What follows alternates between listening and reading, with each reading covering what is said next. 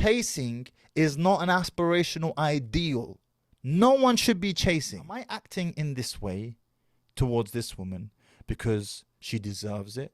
Because she's a good catch? Because I see potential in her? Or am I behaving in this way because man just needs the boss, bruv, at this point? Before you enjoy this video, do your boy a solid. I've got a goal to hit 7,500 subscribers by the end of June. So like the video and subscribe the channel. Jazakallah khair. How to make a man run after you. Oh yes, it is still doable. Even though we have a harsh dating climate in today's society where men have become spoiled and women have become desperate. But ladies, if you just apply these... I mean, right off the rip, ladies, I'm taking this video because nearly 25% of you are women who watch me, interestingly enough, even though I create content for men. You don't want a man to chase after you, to beg for your attention, as is the title of this video. And this lady here, she's become rather infamous. She's blown up on YouTube, blown up, because she appeals to a very fairy tale, idealistic narrative that you can have it all as women. And indeed, she does portray this image that she has. I'm not going to bother going into her life story or what she, has managed to achieve for herself with regards to the type of man she bagged for herself and so on. But if you know anything about her, then you know that she has managed to do what most women would love to do.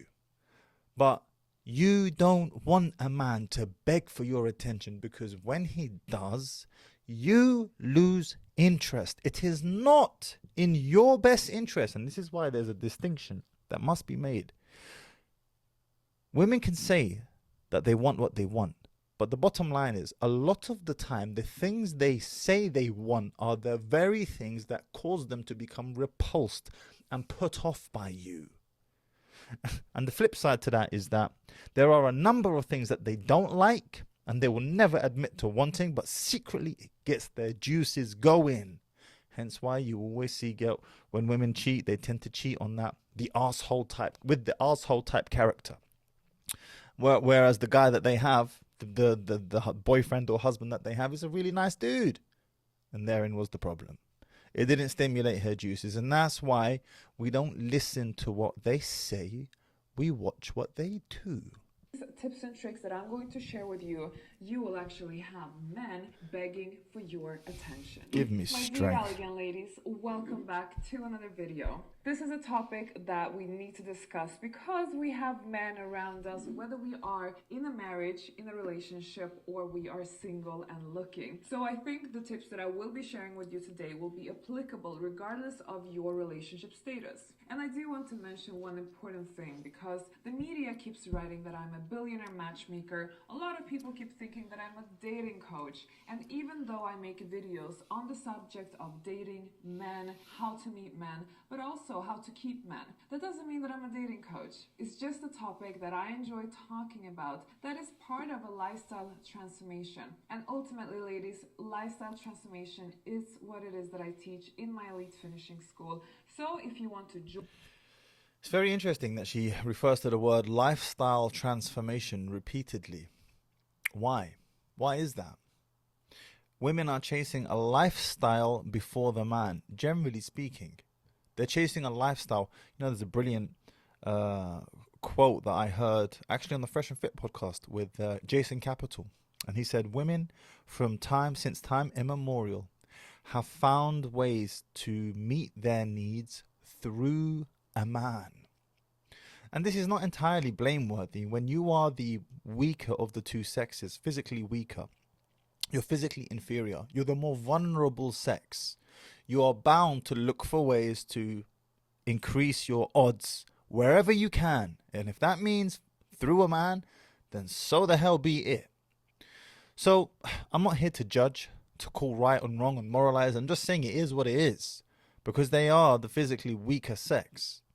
And obviously this can get taken too far, and that's what we're going to go into today. I did mention that the modern society is not going in a favorable direction for women today. However, ladies, we have to address the very important aspect that men have become very spoiled in our society, and it's thanks to women. So... Excuse me, what? I've got no idea where she's going with this, but let's see. Let's hear her out. But we're not that innocent here. We're not going to be victims here. We are actually responsible to why men are spoiled today. And there is a simple reason for that. Women have become desperate. Women have become very forgiving. Women are violating their own boundaries in order to keep men, in order to satisfy men, in order to just have a family. This becomes problematic. Bruv, I don't know what planet you live on, babe, yeah? But that is not reality. I don't see women bending over backwards to keep their families intact and together. In fact, what we do see is 80% of all divorces in the West being initiated by women, which, by the way, that percentage increases to 90% amongst college-educated women. For my UK brothers and sisters, that's university. University level educated women pull the plug at an even higher percentage, as if 80% wasn't high enough, than do their non-educated, I say non-educated, non-university educated counterparts. 90%. Where are these women that are bending over backwards to make their relationships work? Because the stats don't reflect that.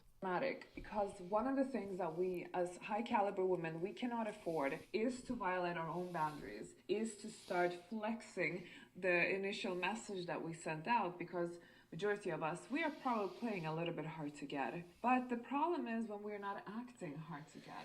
So this takes me straight into the first and foremost biggest dating cliche out there. I'm talking about being hard to get. Yes, it's a cliche, but yes, we have to talk about it because you're probably... Let's just go into the psychology of why women tend to be more standoffish and hard to get in the first place than do men. And there's the obvious reason is the biological consequences, or the physical consequences of an intimate relationship. I mentioned this many times before. Women fall pregnant, men don't. Women breastfeed, men don't. Women have to push a baby out, men don't. A man can sow his wild oats all over the world, potentially, and not have to be held accountable for any single one of them, potentially. Whereas a woman, a single intimate encounter could change the course of her life and her body forever. So women do operate from a position of disqualification when dealing with men, from a position of standoffishness, from a position of being hard to get. Because the consequences of an intimate relationship for them are greater, far greater, than they are for a man from a physical perspective. Actually, her life depends on choosing a sound partner. Her life could literally depend on it. So that's where women get their innate standoffish behavior to begin with. But let's see where she goes with this. Probably not doing your homework. You are probably still texting him first, calling him first, flexing around with the boundaries, and not really being hard to get. And I'm sorry to say, my dear elegant lady, but there is a reason to why you perhaps are not getting the treatment that you are expecting to get treated. It's not only because men are pigs. Actually, majority of men are not pigs. You still have those who are very highly educated that I call high quality men. And those are the actual men that we want to hunt for in these modern... Hunt for? She's teaching women to hunt. Woof. Wow. Very telling words that she's using. Days. Because let's face it, I don't have time or energy to start educating a man or start raising a man like if he was a little boy. Quite frankly, high caliber women don't do this, so I don't think you should be doing either. Women do have a tendency of being also impatient. All right, before she gets to the next point, look, who texts first, who doesn't text first? If you as a woman can't wait to text this man that you're dealing with, that just shows that you're really into him. That's a great thing. Now, I will confess that there are some men who love a challenge. I actually had one multimillionaire Middle Eastern guy from the Middle East. He said to me, very, very wealthy young man, younger than me, 25. And he said to me, I love women that, oh God, just the thought, I was like, bro, what the flip is wrong with you? He said, I love women that put me through challenges and hurdles to win their affection. So these women, oh my God, I can't help myself from them. And you know what? If you're dealing with a man like this, then it is what it is. You're going to have to put hurdles and obstacles in his way because that's what gets his competitive juices going. I personally can't stand dealing with women like this. I can't stand dealing with women who want to constantly qualify you over and over. And there's a reason for it. It's because She's putting you in the inferior position. And this is what I don't think this young man understands, is that you are constantly in a position of qualifying yourself to her. If you are the prize, which you're meant to be, because women are hypergamous, and they choose suitors who they believe are superior than themselves, taller, stronger, faster, cleverer, richer, etc. Right? If that's the case, then she should be qualifying herself to you. Why on earth are you, young man, 25-year-old, multi-millionaire no less, putting yourself in a position to qualify yourself to her over and over and over? And it's just one of those quirks. I love it. They keep me, because I get bored quickly. I said, then that's a you problem, bro. You are the issue. You are the problem. And that's why women like this will form these views, that because there's men like you who like to qualify themselves over and over, there is an issue with you. Fundamentally, this is incorrect. And as I keep on saying, you will only make her question, is he really what he says he is? If he is the one who is repeatedly qualifying himself. Now, a woman will never say that. And a babe will never say that. But this is what's going on in their hind brain. It's like, if he really was the ish, he wouldn't feel the need to constantly have to prove himself to me. On the contrary, I, the woman, would have to prove myself to him, because he's the superior choice that I have chosen. And this is all going on subconsciously. I see it everywhere, so let's not deny the fact that women rather jump on quantity rather than quality. And what I say by that is that sometimes women feel uncomfortable staying in their singleness. They think that, okay, he seems all right. Okay, let me jump this ship. And then off they go. And then she wonders why she's unhappy in this relationship, why things are not working out, and why the man that she chose is a pig. So once again, this is a case of self-referential altruism. Anna Bay was looking for this type of man. My wife just gave me the backstory. She went on holiday to Italy. She's raised in Sweden. She's from Sweden, this woman. In like a council area, like a trashy area. She went on holiday to Italy. She met a rich man. They got into a relationship. He introduced her to a whole different way of living. They went their separate ways, but that's it. She had a taste for the high life. So she reinvented herself. And from the age of 19 until 32, she was looking for a man. Now, she managed to finally seal the knot at 32, which is way too late. But the self-referential altruism here is, because I have had this lived experience, I am going to pass on this experience and tell women that you should all do the same thing. That's what self-referential altruism is, okay?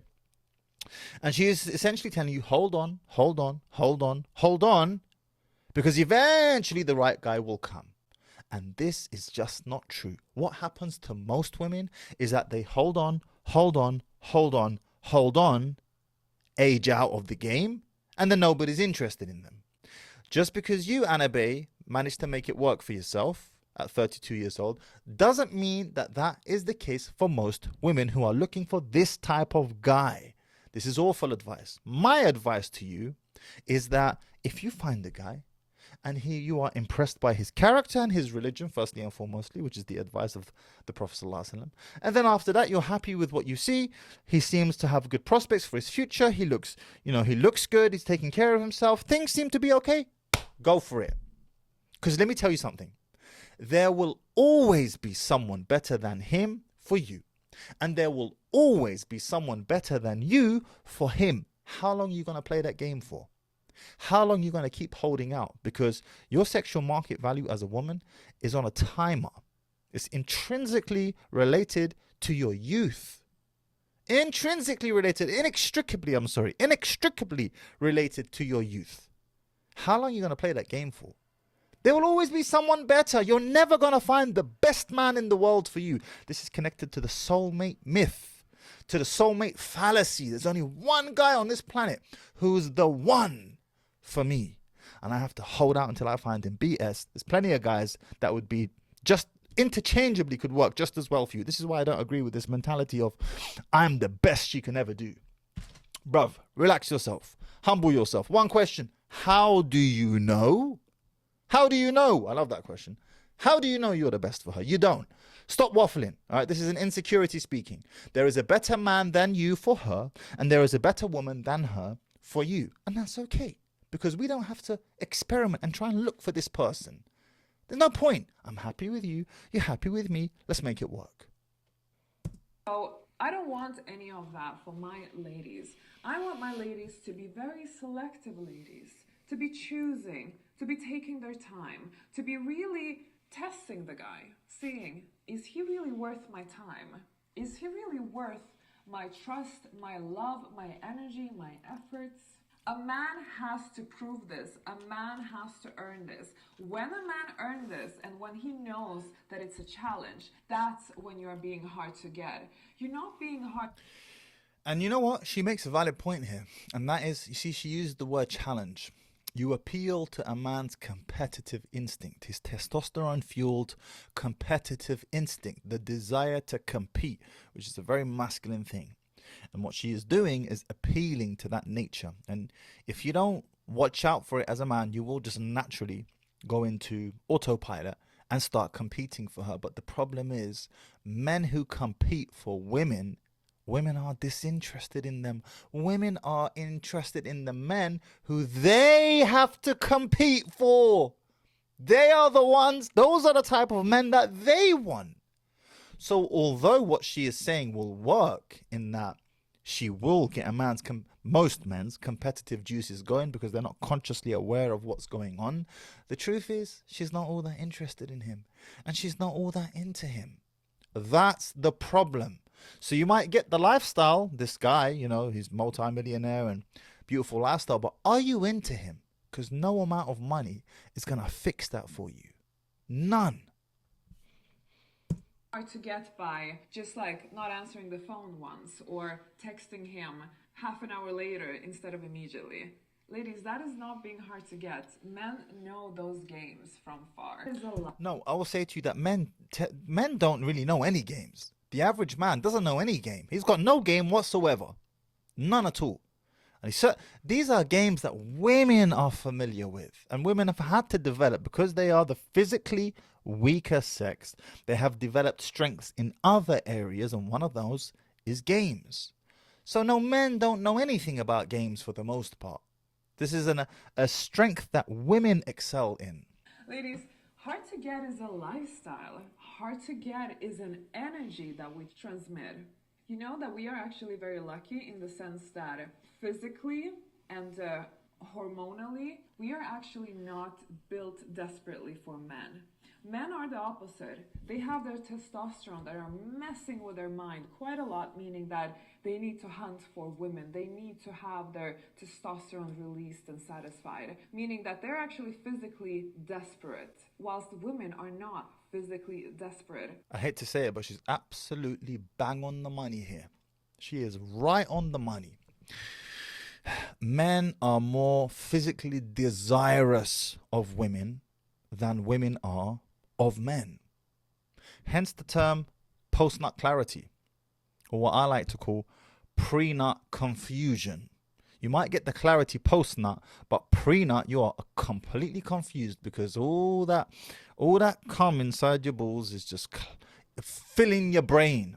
It's traveled up to your brain. There's so much there that it's now clouding your ability to even think. Pre-nut confusion.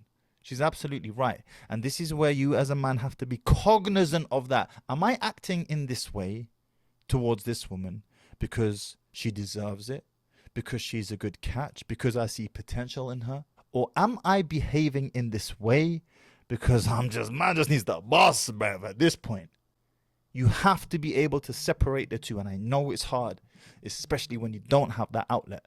But you still have to be able to do it, or you're going to end up in a situation like this where you are completely one down. Because we become a little bit emotionally desperate, and that is something that we need to start being aware of. Emotionally desperate is the biggest trap we can enter, and how we can stop being emotionally desperate is by sorting out our emotional needs from the ground. I've spoken so much in all my free content and in my elite finishing school about the importance of doing the work in therapy, spiritual work, growing you as a human being, working on your mind, filling that emotional gap that seems to be awaking little Mrs. Desperado in you, that makes you chase the man instead of having the man chasing you. See, even this term chasing, The opposite of extreme is still extreme. This is a very important point now. She keeps talking about you don't want to be chasing a man. You don't want to be chasing a man. This indicates to me that she once upon a time was chasing a man that she really wanted, and he was he was not reciprocating that interest. That's because she keeps referring to that. I have a feeling that she's been in that situation before where she was chasing a man and he did not reciprocate that interest in her. So now what's going on right now? And you have to be super careful with this. Be super careful, because the opposite of extreme is still extreme. Okay? What do I mean? Oftentimes, we are defined by our experiences in reverse. Let me give you an example. When I was really young, I grew up in a very conservative Muslim household. And there would be times when, I wanted to do stuff and I wasn't allowed to do it. My dad just said no, and that was the end of that. And now I'm thankful for it. But in the moment, I hated it. And I remember very clearly when I was 14 years old, I turned around and I said to my mum, I said, Mum, when I have sons, I'm going to let them do whatever they want. Now, obviously, that was a childish remark from me. But let's break down the psychology. Why did I say that in the first place? Well, because I felt like I wasn't allowed to do what I wanted to do, which was true. I was being fettered as I should have been. But now I was defining myself in reverse by saying, I'm not going to let my kids do a few of the things that I wasn't able to do. No, I went the opposite way completely. I said, I'm going to let them do whatever they want to do. This is still extreme. The opposite of extreme is still extreme. Anna Bay here has said, you shouldn't be chasing him. Well, I'm just paraphrasing, but you want him to be chasing you. These are both terrible situations to be in. These are not positive aspirational ideals. Anyone chasing anyone is a bad look. If you're chasing her, you're in a constant state of desperateness and anxiety, while she is just constantly put off by you. And if she's constantly chasing you, she's in a constant state of anxiety and desperation, whilst you are put off by her. Chasing is not an aspirational ideal. No one should be chasing. You know what? That's actually a good point to stop the video. I'm going to leave it there. I want to leave that final point in your mind. If you enjoyed the video, like it. Make sure you subscribe to the channel. Help me get to that goal by the end of June, 7,500 subs. Appreciate it. And if you want to watch something similar, check out this video right here.